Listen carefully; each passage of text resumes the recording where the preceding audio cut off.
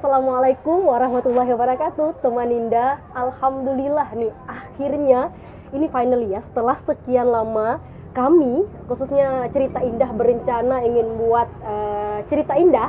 Jadi sebuah pengalaman sebenarnya dari nothing to something, orang-orang yang nanti kita akan cerita-cerita siapakah dia, nanti kita akan kenalin itu. Tapi alhamdulillah nih, thank you so much untuk teman-teman dari GR Kreatif yang memang ini tim dari Cerita Indah juga.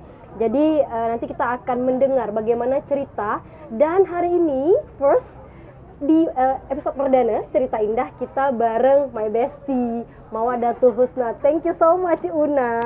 Sama-sama Indah. Mawadatul Husna. Jadi kalau Indah manggilnya Mawad ya. Kalau di kuliah dulu kita teman segeng lah waktu kuliah. Nah sekarang dia sudah bertransformasi dan nama panggilannya sekarang Una. I call you Una ya. Yes, Una. boleh. Thank you so much ya Una. Sudah menyempatkan waktu kita cerita-cerita nih di Cerita Indah dan menjadi narasumber tamu yang pertama. Sebenarnya lucu ya, karena rupanya kayak ini rupanya menjadi narasumber ya. Jadi ini kita bocoran. Jadi Una ini jurnalis. Jadi saya mewawancari pewawancara hari ini. Gimana Una rasanya? Rasanya deg-degan ya. Rupanya saya merasakan rupanya narasumber saya selama ini gini rupanya perasaannya gitu ya. Pada saat itu saya kan tenang aja Bu, Pak, santai aja kita gitu. Ternyata tidak semudah itu ya. Dan sangat apresiasi kepada narasumber yang kita wawancarai bahwa mereka bisa santai memberi keterangan yang kita mau gitu ya. Nah, makasih Indah sudah diundang perdana nih di program Indah Cerita Indah, dan semoga program ini bisa terus menginspirasi teman-teman lainnya juga ya. Amin, amin, Allahumma amin. Ya, nah berbicara terkait dengan tadi di awal nama ya. Sebenarnya nama aku tuh udah banyak dah. Oke. Mawad. Ya, kepanjangan nama Mawadatul Husna kan. Mawadatul Husna. Panggil Wadah. Wadah. Oke, nama panggilan saya juga Wadah. Oke, di rumah tuh biasanya panggil Wadah.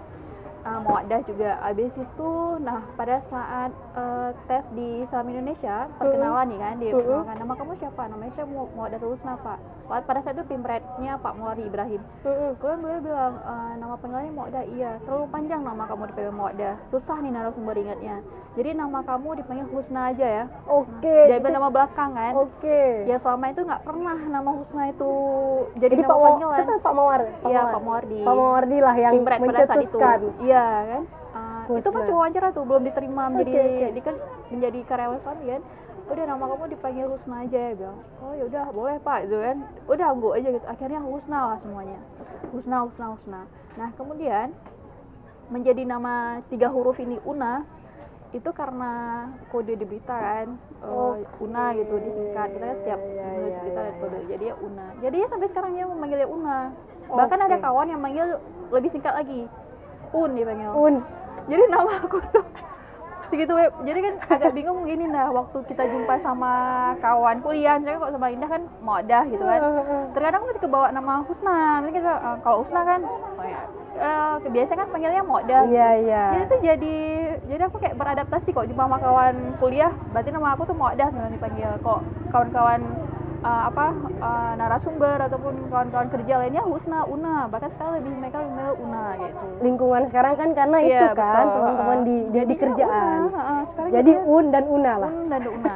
Jadi 3 huruf ya sekarang. 3 huruf. Jadi nama segitu panjang. Jadi di Serambi, Indonesia. Jadi salah satu media mainstream yang sangat populer di Aceh khususnya teman-teman. Jadi berapa tahun lama udah di Serambi? Di Serambi kan awal 2013 ya, itu magang. Berarti sekarang jalan 8 atau 9 tahun gitu ya. 9 tahun. Jalan 9 tahun. Jadi wartawan, jurnalis perempuan 9 tahun. Iya. Karena gini, kenapa kita garis bawahi jurnalis perempuan ya, Una? Karena dominan di pekerjaan ini itu maskulin. Betul. Yes ya? Yeah. Jadi di pekerjaan kita ini itu dominannya laki-laki. Yeah. Kenapa? Karena memang bersentuhan dengan dia nggak kenal waktu. Betul. Ya Una ya.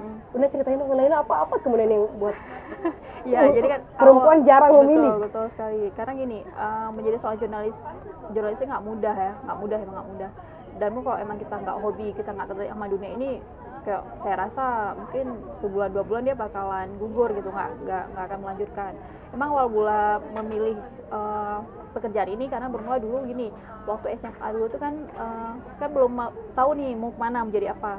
Jadi waktu itu saya bilang sama bapak saya sendiri, Pak, pertama pengen jadi pengacara gitu kayak gitu. Pak pengen jadi pengacara lah, pengen kuliah hukum gitu. Ada dua pilihan, hukum sama komunikasi waktu itu. Terus bapak bilang gini, Bang, karena mungkin orang tua tahu pribadi kita, jadi gini bapak bilang, kalau kamu sekolah di hukum, kamu jadi pengacara, kamu gak akan sanggup, artinya kok bahasanya mempertimbang masalah orang. Gitu. Memasalah roh kadang. Iya, karena kamu sendiri masalah sendiri kamu kadang nggak sanggup gitu kan. Kayak mana kamu bisa menyelesaikan masalah orang, kamu tidak mampu gitu bapak itu. Ya udah kalau kayak itu habis itu udah lihat di TV nih. Waktu itu saya lupa nama presenter di RCTI waktu itu, lihat ih keren nih, dia ngelaporkan langsung kan di daerah banjir, di kemana kayak keren nih.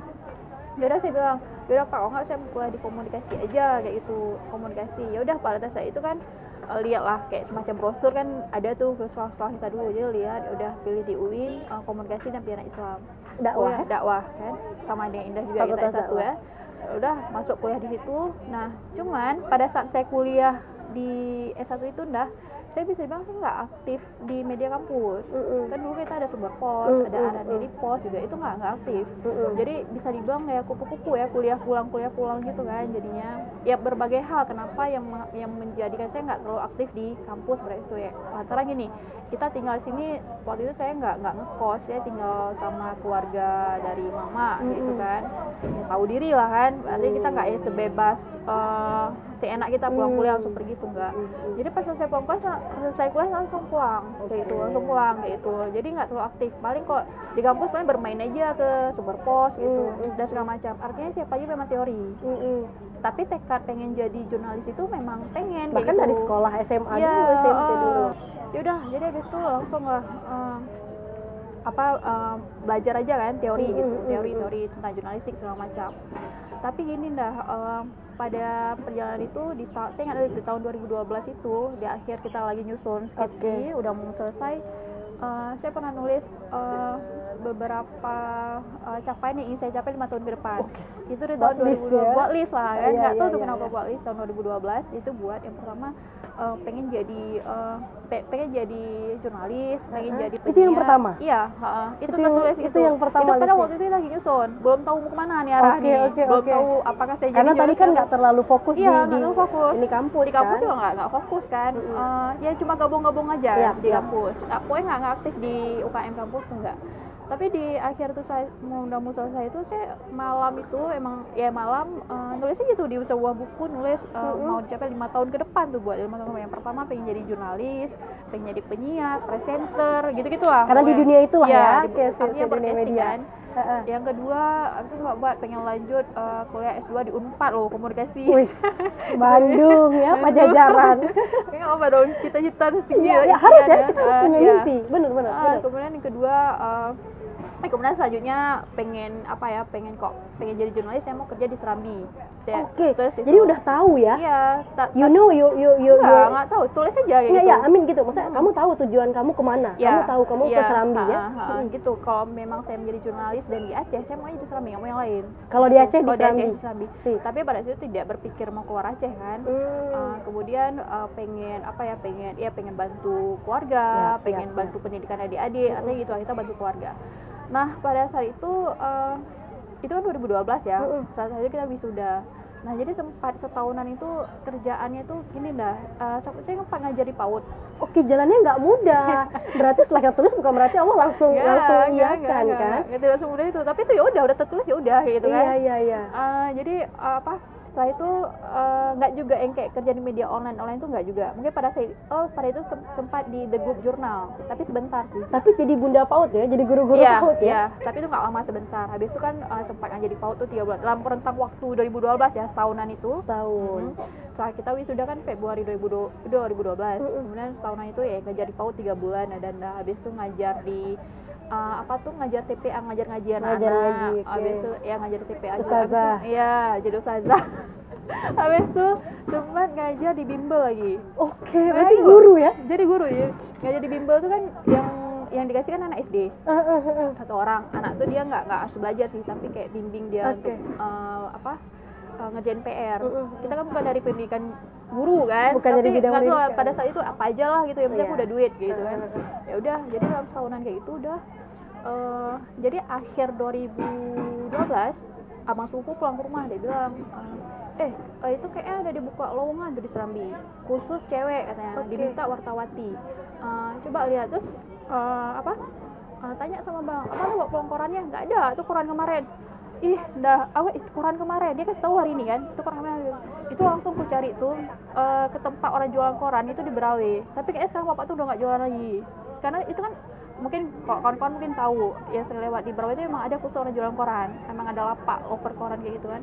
Langsung pergi ke Berawe, tanya, Pak ada nggak koran kemarin? Orang nanya kan koran hari ini, aku naik koran kemarin. Fokus ya tujuannya. Pak ada koran kemarin nggak banget? Pak boleh nggak saya bawa pulang sampai segitu? Oh nggak boleh, ini petinggal katanya. Jadi kayak mana? Waktu itu kan kita nggak pakai, aku belum pakai HP Android atau segala macam, BBM segala macam, pakai HP Tektok tuh. Jadi you're right, kamu catat? Aku catat di HP Tektok tuh kan, catat syarat-syaratnya segala macam. Itu kan diminta. Capek ya Bu, itu kan ketinggalan satu-satu. Dibawa pulang nggak boleh. Iya. Dia nggak jual lagi. Kok sekarang kan enak, tinggal foto kan. Yap. Pada saat itu aku belum ada HP tuh, HP Tektok gitu kan. Jadi aku catat biasanya aku catat syarat-syaratnya segala macam. Sampai itu ada dibilang bahasa Inggris lagi. Bahasa Inggris aku ala kadar, yang penting kasih aja terus udah. Habis itu pada saat itu selesai pulang ngajar di bimbel, udah aku siapkan tuh semua berkasnya, kasih lah, antar langsung ke kantor Serambi Indonesia. Habis itu udah selesai kayak itu, tunggu, waktu itu lagi nunggu juga gini. Karena aku yang ngajar di TPA sekolah waktu itu di Min apa ya lupa. Di Min tuh kan itu ada kabar bakal dikurangi gurunya. Jadi udah ada harapan nih bakalan dikeluarin. Alasan karena dana segala macam kan. Aku tidak berharap juga gitu di situ ya. Ya Allah, semoga ada kesempatan di Serambi gitu kan. Udah kan ikut tes terus dipanggil. Dipanggil. Waktu itu pengumuman kita seleksi administrasi itu diterima 24 orang. Itu yang lulus ADM. 24 ke? Ini loh untuk dites tahap pertama itu artinya wawancara lah, dipanggil kan. Jadi berkurang jadi berapa itu udah 24? Dari 24 abis itu jadi 6 orang 6 orang sampai akhirnya berapa yang dipilih? 4 orang. 4 orang dan 4 jurnalis wartawati. Ya, itu berproses semua pada saat itu. Nah, akhirnya kita cerita. Dan sampai hari ini yang tinggal cuman Una? 2 orang. Tinggal 2 orang. Jadi perjalanan 9 tahun yang tinggal cuma 2 orang. Karena tadi kita bilang perempuan. Artinya balik lagi sudah menikah. Segala macam ya. Kenapa Una? Kenapa orang kemudian salah satu ya tadi kalau kita misalnya mau masalah waktu itu apa lagi yang buat ya gini, menjadi seorang jurnalis itu kan tantangannya kayak tadi bilang tuh berat. Artinya kita bekerja tuh 24 jam. Gitu kan. Tiba-tiba kita dipanggil. Misalnya dari putar malam kita harus siap. Habis itu kita harus sabar loh. Sabar lah maksudnya menunggu si narasumber ini. Dalam berhadapan sama orang, artinya kok bahasanya kita bilang gini, kok mental kita nggak kuat, jatuh lah kita. Karena mungkin Indah tahu sendiri, mungkin Indah juga kayak sering wawancara wali kota, gubernur mungkin, kemudian istri gubernur, itu kan pejabat yang kita hadapi. Kalau mental kita nggak kuat, kita bakalan down gitu. Dan itu di awal saya rasa itu Indah. Apa yang pengalaman yang paling kocak, konyol yang pada saat di awal? Iya, kok diingat-ingat tapi udah lama jadi nggak perlu ingat juga ya. Tapi pada saat itu pernah waktu liputan tuh kan mungkin merasa nggak pede ya waktu itu juga masih baru kan, anak bawang nggak pede, jadi bawa pulang ke kantor redakturnya ngedit, ini berita kamu kayak kurang Husna, kamu ada tanya ini nggak, kamu ada, jadi diinterogasi lagi tuh sama si redakturnya, nggak ada bang. Dia besok kan kalau kita wawancara orang itu kita memposisikan diri kita sama dengan pejabat tuh. Una tuh bukan bawahan dia, abang tuh bilang langsung kan, oh iya juga kita sama ya. Kita sama. Itu jadi motivasi. Iya, itu jadi motivasi. Una boleh nanya apa aja sama dia gitu, mau Una kritik kayak mau terserah gitu. Kalau Una nggak tanya kayak mana orang tahu nih. Itu mungkin jadi catatan juga buat teman Indah nih. Jadi kalau misalkan kita mau wawancari orang itu jadi poin. Kita samakan aja. Iya, betul. Samakan aja. Jadi jangan merasa karena kita anak baru mungkin atau mungkin yang fresh graduate ya. Iya, betul. Kita masih anak baru nih. Jadi samain. Jadi menyamakan ini kita Pak Gubernur kok kita di luar sebagai jurnalis kan orang tua harus kita hormati. Tapi saat kita wawancara nggak ada tuh sama aja ya temen nanya lah gitu. Jadi ada pengalaman tuh waktu itu saya nggak tahu, padahal sudah lama jadi wartawan. Jadi waktu itu disuruh tugasnya tuh dadakan. Waktu itu acara di BI, disuruh dadakan suruh wawancara Pak Nova. Waktu itu Pak Nova dia masih menjabat sebagai wakil gubernur, kan. Tiba-tiba tuh dapat tugas di kantor. Terus itu kan ada Pak Nova, tolong dong kamu tanyain terkait kegiatan Irwandi entah kemana lah waktu itu. Waktu itu lagi viral juga beritanya kan. Oh iya, dapat tugas. Saya udah kepikiran tuh saya orangnya cepat panik aja juga. Jadi kan pas wawancara tuh, itu kan ada tuh barengan sama kawan lain sama Metro TV juga semacam. Pas sudah kita selesai acara, saya nanya tentang Pak, mau nanya lagi Pak, ini Irwandi loh semacam. Ini kan gini nih, tangan kita kan sampai wawancara gini, kita rekaman, ini tangannya gemetar loh, nah gemetar, tremor gitu. iya gemetar. Abis itu sampai nggak ada wartawan Metro TV cewek, itu Sela megang tanganku gini Sampai ditumpu. iya, dia megang tanganku gini karena gemetar kan, terus dia Sela megang tanganku gini. Itu grogi memang kadang ngadepin wakil gubernur. Karena tiba-tiba tiba-tiba aku kan nggak belum siap kan. Yap. Tiba-tiba aku takut masih kayak insecure, takut ada pertanyaan salah segala macam. Padahal kan kita nanya aja gitu kan. Itu sebenarnya nggak boleh ya. Kita harus melatih gitu. Ya tanganku gemetar. Itu pengalaman yang member aku tuh konyol. Lalu si Sel langsung ditumpu sama dia kan jurnalis Metro TV kan, reporter. Langsung ditumpu sama dia, dipegang sama dia kayak ini, udah nggak gemetar lagi aku tanya. Habis itu jadi bahan ketawaan sama orang ini. Kakak kok bisa nggak tahu. Entah bapak tuh udah sempat kenapa anak ini jadi gemetar gitu kan.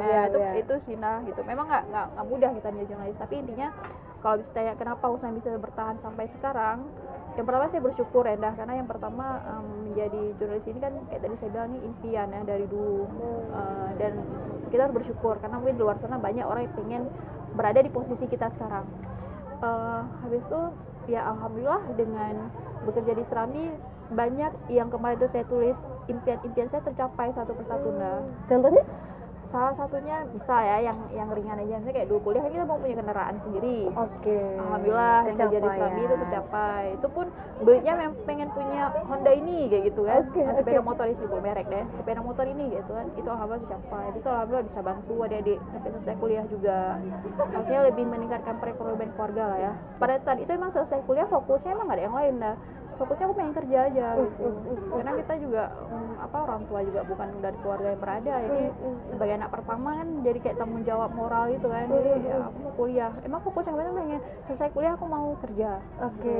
Itu aja, nggak ada mikir yang bahkan di dalam perjalanan ada hal-hal lain yang ini sampai bilang, Mbak saya kan baru kerja di Serambi nih, saya mau keluar di Serambi gitu. Oh ya sempat? Iya, jadi waktu itu kan gini, sempat mau keluar bahkan? Bukan mau keluar, jadi ceritanya gini, kan kita di satu kantor itu nggak boleh nikah sama satu kantor. Nggak boleh nikah. Jadi sempat cinlok sama satu kantor? Tidak cinlok. Oh nggak juga. Tidak sempat cinlok. Hanya tidak sempat mengutarakan. Pihaknya mengutarakan. Siap. Jadi karena mudah-mudahan abang tuh dengar ya. jangan. Jadi kan kita tuh tidak sebut nama. Iya tidak sebut nama. Jadi pada saat itu karena kita baru bekerja di Serambi tahun 2 tahunan gitu, dia kan mengutarakan niatnya. Ya aku langsung bilang, saya baru kerja di Serambi bang. Saya dulu pengen kerja di sini, saya ini bang. Dan emang tahu sendiri apa aturannya di Serambi itu nggak boleh nikah sama kantor. Satu kantor harus keluar salah satu. Yang pasti pada saat posisi itu kita yang perempuan dong yang harus keluar kan. Udah akhirnya karena memang pengen kerja waktu itu, pengen fokus kerja dulu. Ya udah akhirnya enggak kayak gitu. And you choose your job gitu ya? Ya kayak gitu. Dan pokoknya bisa jangan yang sekantor gitu, kita mau gitu kan. Tapi nggak tahu lah ke depan. Jadi udah kayak gitu, ada dua orang yang kayak gitu, dua kali kayak gitu sama orang yang berbeda. Bisa di kantor yang sama? Iya. Banyak fans ini Bu Una ini. Jadi aku langsung bilang kayak gitu, terus gitu lah. Pokoknya kayak menggoyahkan yang pengen kita capai gitu kan. Akhirnya karena udah komitmen pengen di dunia ini udah, tapi saya nggak tahu ke depan ya dah, karena ya mungkin karena saat ini kita juga, saya sendiri juga masih sendiri. Dibocorin sendiri nih. Saya tadi mau nanya tapi akhirnya keluar. Sendiri kan, jadi masih sendiri, masih fleksibel gitu kan. Fleksibel. Mungkin nanti ke depan rencananya gimana? Rencananya insya Allah segera. Insya Allah, amin. Kita aminin ya teman Indah ya. Amin. Allahumma amin. Gitu kan. Dan pun mungkin nanti setelah misalkan sudah menikah bisa kayak Indah juga lagi. Walaupun Indah sudah menikah kan masih bisa fleksibel kan. Maksudnya waktu tidak se-fleksibel masih single sih. Nanti pada saat akan fokus lah ke menikah, Una gimana? Akan milih tetap di Serambi atau memang nanti ada pilihan itu? Ya. Kalau misalkan aku sendiri aku pengen tetap kerja di Serambi kayak gitu. Cuman dari awal juga walaupun sama orang yang dekat yang sekarang juga kan kita sampaikan. Aku sebenarnya aku pengen tetap kerja di sini. Artinya jangan terlalu dibahas, tapi aku tahu diri gitu kan. Artinya kita tahu diri kan kayak Indah sekarang gitu.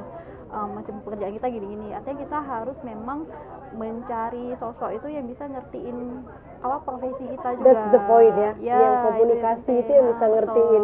Itu kan nggak semudah. Karena kayak bilang tadi, kerja jurnalis ini bukan orang kayak kerja kantoran kan, yang pergi jam 9 pulang jam 4 gitu kan. Kadang kita siang masih jumpa narasumber, malam ataupun sore kita masih liputan kayak gitu kan. Jadi itu yang harus kita samain dulu, jangan sampai hal-hal kayak ini jadi miskomunikasi nanti kan gak enak. Jadi di awal tuh dibicarain, saya mau tetap jadi jurnalis tapi nggak tahu sampai kapan. Tapi kalau emang nanti harus memilih, ya kita kan harus pilih keluarga. Kok udah keluarga nanti kita harus pilih tetap sama satu keluarga. Tapi sejauh ini yang masih dinikmati aja sih dah pekerjaan ini gitu. Ya meskipun udah jalan 8 atau 9 tahun ini kan titik jenuh itu pasti ada. Pasti ada ya? Pasti ada.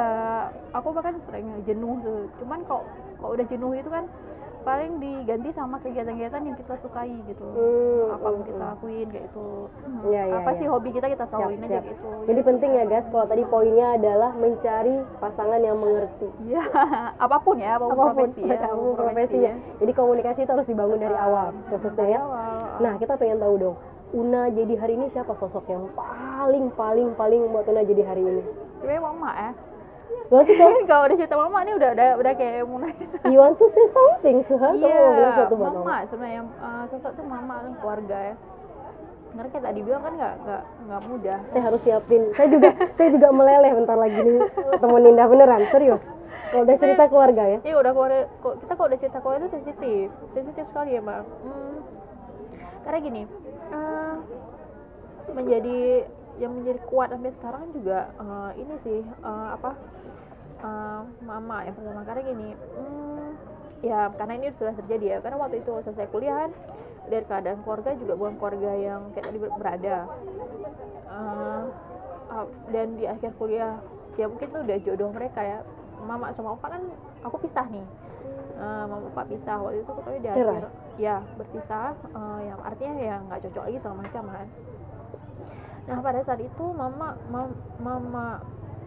Una tuh bukan orang yang bekerja, ibu rumah tangga biasa enggak, dan dia harus menghidupi anak-anaknya itu. Pada saat itu aku kuliah, yang nanggung kan keluarga mama, artinya aku ditanggung sama mereka.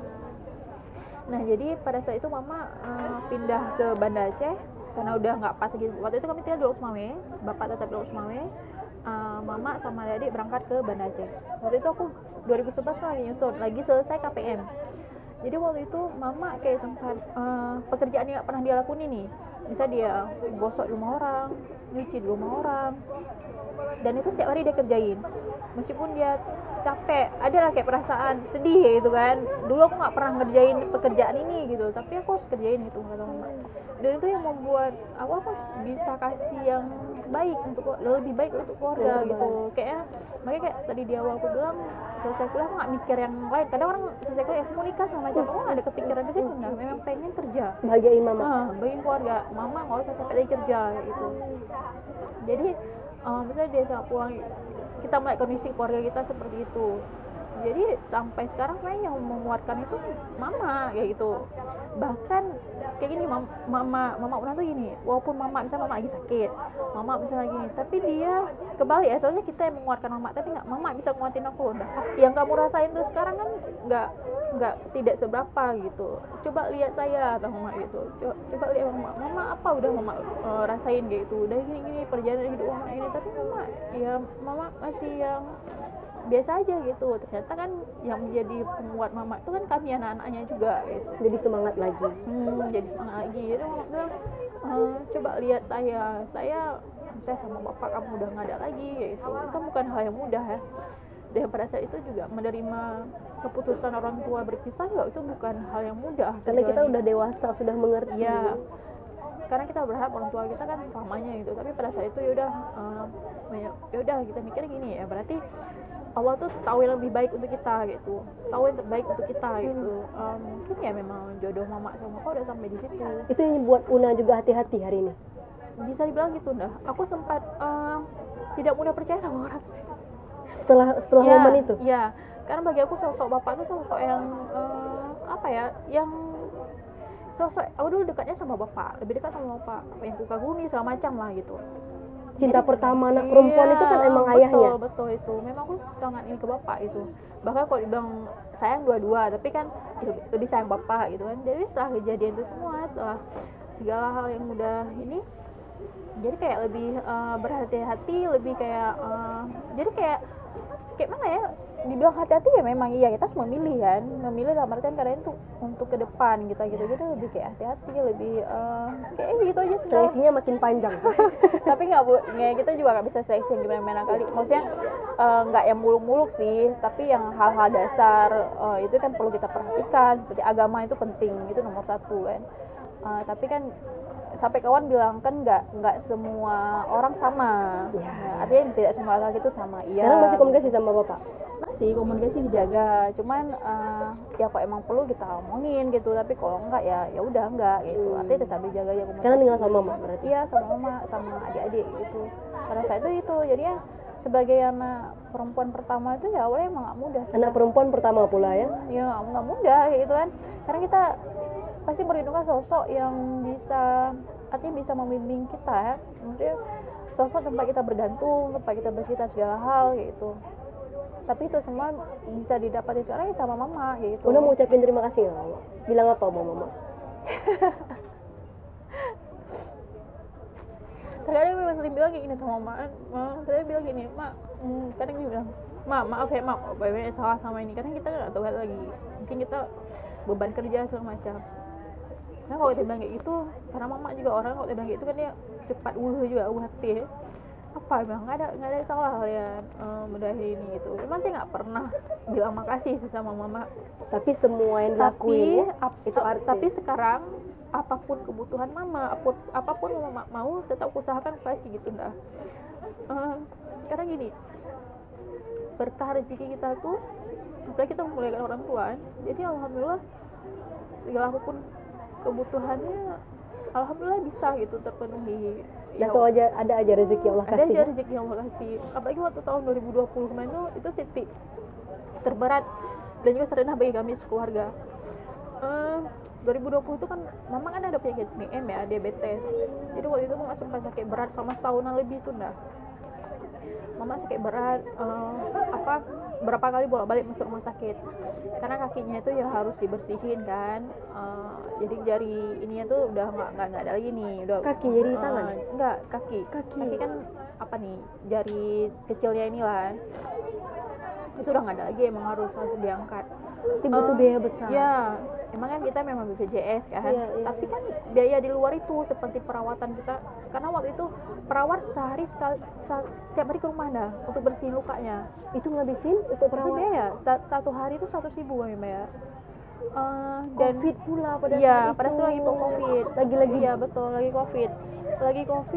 Pada saat itu juga nggak tahu ya, dah rezeki itu memang selalu ada. Alhamdulillah memang alhamdulillah mama bisa gitu, meskipun kayak ini sempat mikir waktu itu, ini kan biaya untuk mak udah lah, yang penting mama kan beli perban segala macam itu sebanyak itu, uang juga nggak sedikit kita keluarin kan. Habis itu makanannya harus dijaga, emosinya juga harus dijaga gitu, supaya lukanya cepat sembuh. Kalau orang diabetes itu yang penting gulanya di bawah 200 pada mama. Habis itu manggil perawat tuh ke rumah lagi. Waktu ngomong sama perawat itu saya tanya, bang, saya mau nih abangnya yang pegang nih, jangan kasih ke orang lain lagi karena mereka ada tim. Oh ya boleh, berarti ini jadi pasien pribadi saya katanya kayak gitu. Saya langsung nanya harga, karena kan kita menyangkut apa tuh ya, kerjaan orang, hak dia kan. Sampai abang tuh bilang gini, oh udah nggak apa nih, bayar 100 saja per hari katanya. Biasanya saya ngambil 150 untuk orang. Iya bang, bilang gitu, 100 per hari. Itu lama tuh dah, sampai ada 6 bulanan lebih, hampir setahun tuh kayak itu. Setiap hari datang perawat. Setiap hari 100.000. Dan saya bilang, saya kasih belum untuk obat belum itu dan di luar sebagainya. Itu belum lagi dia bilang ini harus pakai obat ini. Tapi obat ada ini. aja ya. Ada aja rezekinya. Artinya pada saat itu saya nggak tahu juga kok ditanya sekarang rezeki itu dari mana, nggak tahu kan, kerjaan sehari kan, apalagi aku kemarin itu kan nggak terlalu aktif liputan. Apa hikmah Una ambil pada yang saat itu? Kejadian itu memang banyak hikmahnya. Yang pertama, kalau untuk pribadi itu aku kayak ditempa untuk bisa jadi orang lebih bersabar, itu sih. Jadi masalah itu justru jadi bisa buat kita lebih ketempah ya, buat jadi sabar. Jadi lebih sabar.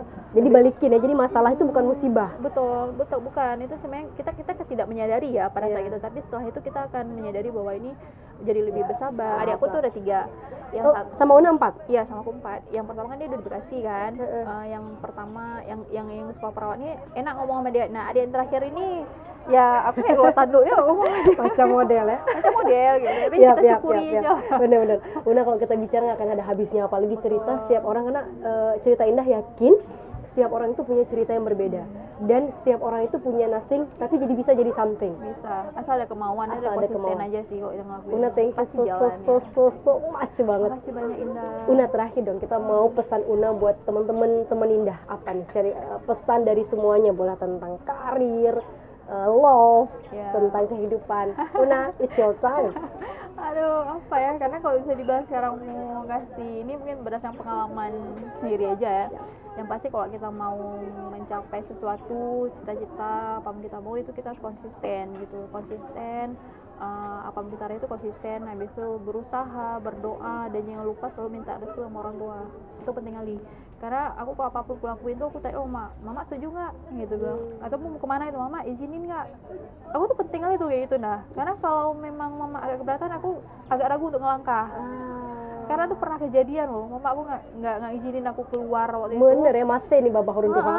Tiba aku pulang, aku bilang, mama tadi nggak izinin aku keluar ya, kenapa bang? Tadi kejatuh di Honda kan. Besok aku udah hati-hati kali itu nggak lagi. Itu ya, apapun itu harus kita lakuin.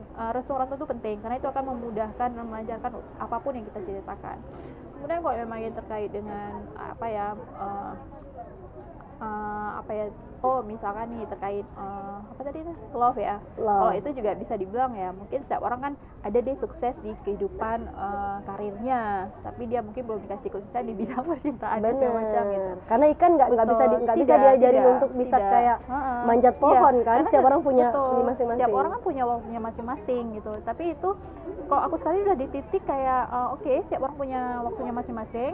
Berarti yang sekarang ini aku disuruh untuk berbenah dulu, untuk lebih banyak untuk keluarga kayak gitu. Jadi itu pasti ada waktunya sendiri gitu. Dan kita nggak boleh menyamakan kayak waktu Indah sama waktu itu nggak sama. Mungkin di usia ini Indah memang sudah waktunya, di usia ini aku harus ngerawat orang tua dulu kan, nggak gitu. Jadi itu pokoknya selalu berprasangka baik aja lah sama Allah tuh, karena sekarang udah di titik kayak pasti Allah tuh kasih yang terbaik untuk kita gitu. Nggak mungkin Allah kasih yang nggak baik untuk kita, pasti Allah kasih yang terbaik untuk kita. Itu sih yakin, sepositif itu kita harus berpikir ya.